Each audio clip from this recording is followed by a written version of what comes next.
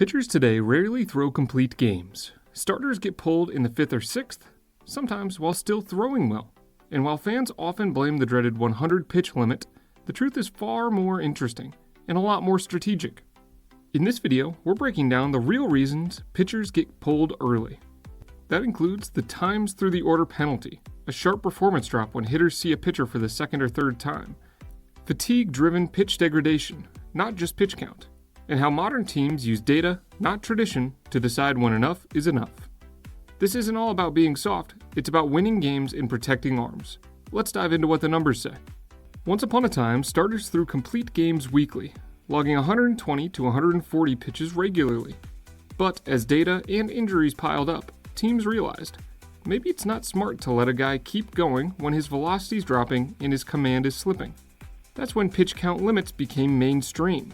And sure, there's a ton of value in monitoring workload. I'm definitely not saying that, especially for young arms.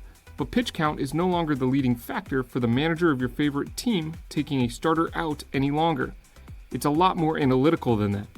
One of the biggest reasons teams pull pitchers? Not pitch count, but familiarity. Here's the data. The first time through the batting order, hitters hit around 270. Second time through, that jumps up to around 290. And third time through, suddenly hitters are posting 300 plus averages with more power. You can find tons of articles out there citing increases in OPS plus, WOBA, and walk rates third time through the order. Why? Because hitters have now seen the pitcher's full arsenal, time their swings better to the current pitcher, and a pitcher's general fatigue now starts to come into play. It's not always telling us that the pitcher is worse, it's that the hitters learn more about their opponents the second and third time around. And the deeper the game goes, the more the times through the order penalty becomes a factor. As pitch count rises, something else happens. Efficiency drops. Missed spots, reduced velocity, more pitches per batter, and more stressful innings. A pitcher may be at 70 pitches, but if he's laboring, that's more dangerous than someone who is cruising at 85 total pitches. We now have a ton more data than we did back then to track how effective a pitcher is based on his pitch count, pitch quality, and fatigue. This is why smart managers now monitor stuff plus by pitch count, changes in velocity or pitch shape due to fatigue. Using stats, we now have a better idea of when a pitcher becomes less effective, for any reason, so we can now manage our staff more effectively than ever before. Pulling a guy should be based on how he's pitching and how that can contribute to your team winning, not just how much they've thrown. Complete games are now almost extinct. In 1990, there were 947 complete games. In 2023, there were 33 total across all of Major League Baseball. Why? Well, pitchers throw harder than ever, but higher velocity is more taxing on the body. Bullpens are now better and deeper with all of the available technology we have. And most importantly, teams want to win games and keep pitchers healthy. Letting a guy chase the 8th inning or a CG sounds cool, until he tears his UCL or gives up a 3-run bomb in the 7th because he's cooked. A 100-pitch masterpiece with low-stress innings? Let's see if he can go out for the 9th. An 80-pitch slog filled with jams and long ABs? Time to call to the pen in the 5th.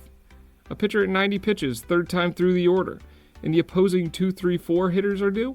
You better have a reliever ready. This is why smart teams consider matchup data, swing and miss decline, pitch quality metrics in real time, and reliever availability. He's at 100 isn't a good enough reason anymore. At the pro level, it's about performance management. But at the amateur level, pitch count matters more because young arms are still developing.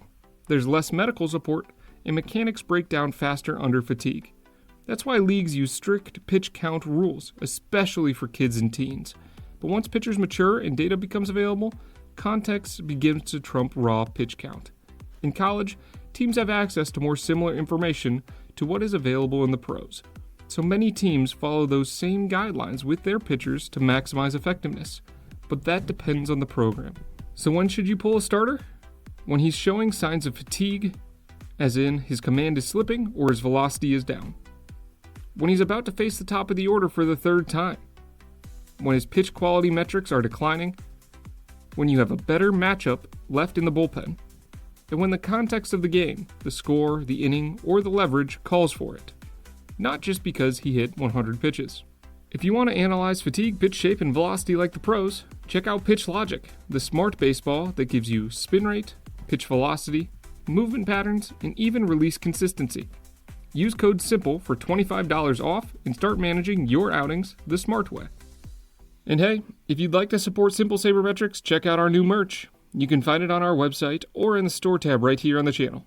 Every purchase helps us bring you more breakdowns like this one. And if you liked this video, don't miss our other videos on bullpen strategy, leverage index, and expected stats. Thanks for watching, and I'll see you next week on Simple Sabermetrics.